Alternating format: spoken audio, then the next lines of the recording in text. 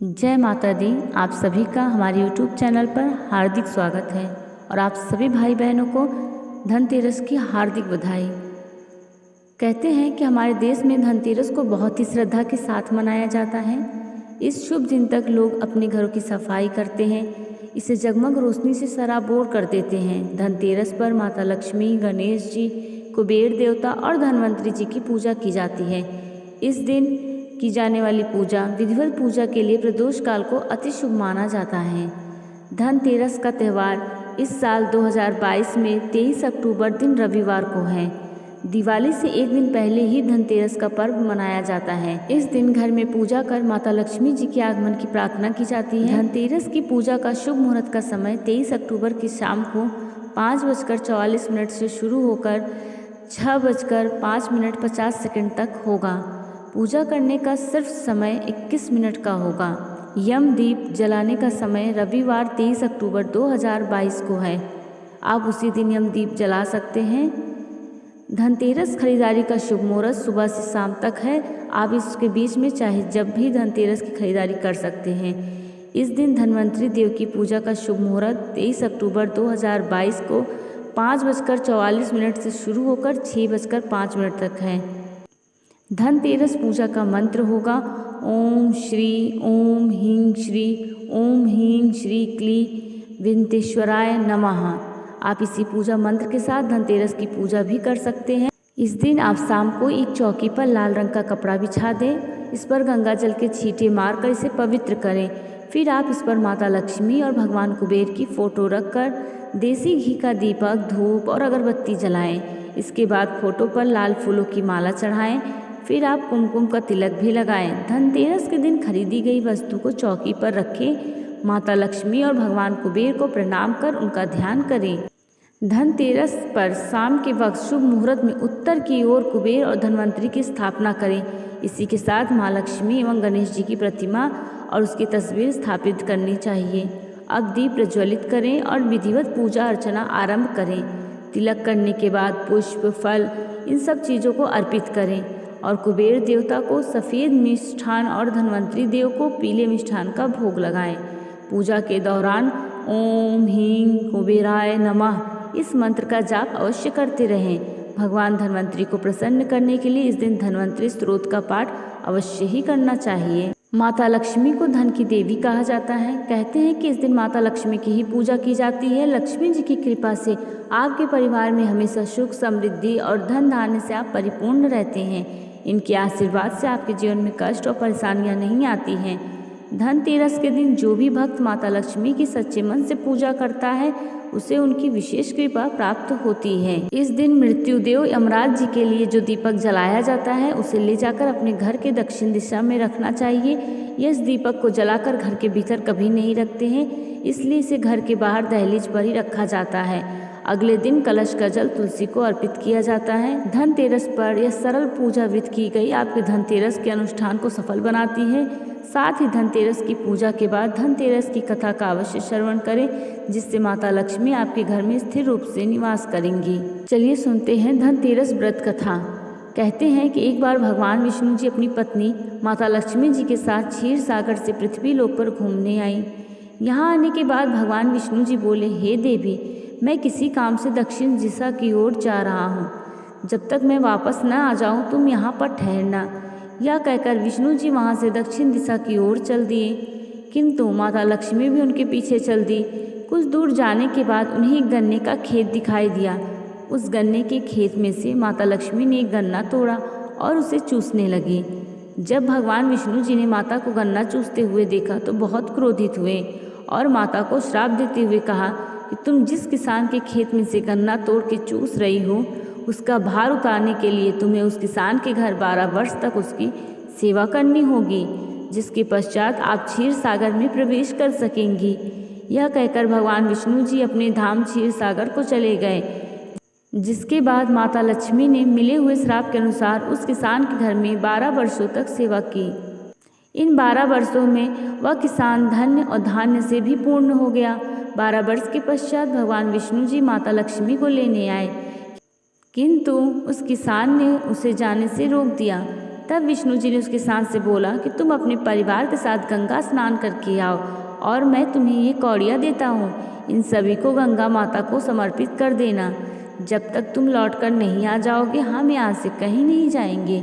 जिसके बाद वह किसान अपने पूरे परिवार के साथ गंगा स्नान करने चला गया और वहाँ जाकर स्नान आदि करके उन कौड़ियों को जैसे कि गंगा में डाला तो वह 4 चतुर्भुज का रूप लेकर चलने लगी। यह देखकर वह किसान आश्चर्य में पड़ गया और माता गंगा से पूछने लगा कि ये 4 हाथ किसके हैं। किसान के पूछने पर गंगा माता ने बताया कि ये चारों हाथ मेरे ही हैं। ये तुम्हें किसने दिए हैं? किसान बोलो, मेरे घर पर एक स्त्री एवं पुरुष आए हैं, उन्होंने ही ये चारों कौड़ियाँ देकर कहा कि उन्हें गंगा को अर्पित कर देना। किसान की बात सुनकर गंगा मैया बोली, वो दोनों स्त्री एवं पुरुष स्वयं भगवान विष्णु जी और माता लक्ष्मी जी हैं। तुम शीघ्र अपने घर जाओ और माता लक्ष्मी को अपने घर से मत जाने देना, नहीं तो तुम फिर से निर्धन बन जाओगे।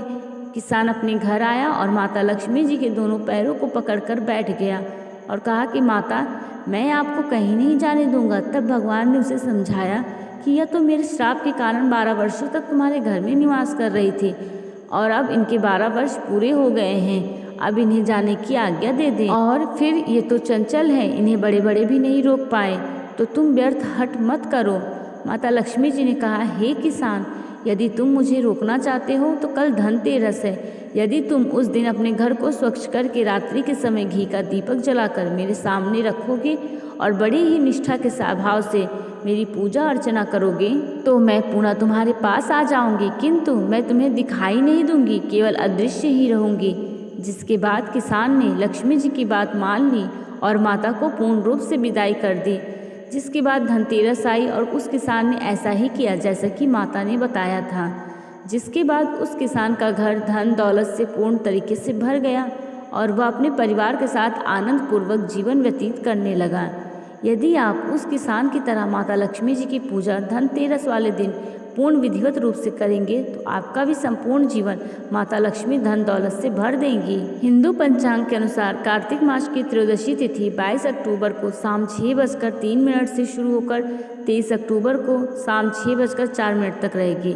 ऐसे में उदया तिथि के अनुसार धनतेरस का पर्व 23 अक्टूबर को मनाना ही शुभ होगा। धनतेरस को धन त्रयोदशी के रूप में भी जाना जाता है। शास्त्रों के अनुसार माना जाता है कि समुद्र मंथन के दौरान धनतेरस के दिन ही भगवान धन्वंतरी प्रकट हुए थे।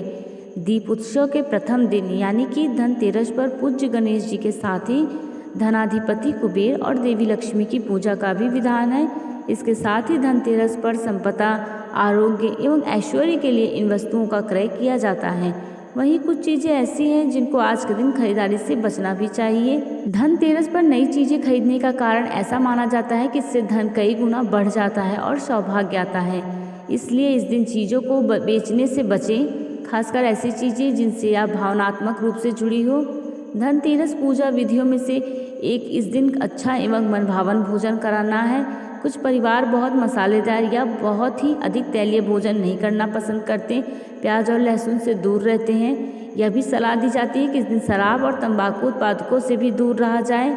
इस दिन दूसरों की भावनाओं को ठेस न पहुंचाएं, सभी के साथ अच्छा व्यवहार करें और सभी के प्रति दयालु रहें। हिंदू धर्म में किसी भी पूजा को शुरू करने से पहले भगवान गणेश की पूजा की जाती है। इसलिए धनतेरस पूजा शुरू करने से पहले स्नान करें और कुमकुम या चंदन का तिलक लगाएं। फिर भगवान गणेश को लाल वस्त्र पहनाकर उन्हें ताजे फूल चढ़ाएं और पूजा करने से पहले वक्रतुंड महाकाय सूर्यकोटि समप्रभा निर्विघ्नं कुरु मे देवम सर्वकार्येषु सर्वदा मंत्र की शुरुआत से ही पूजा शुरू करें।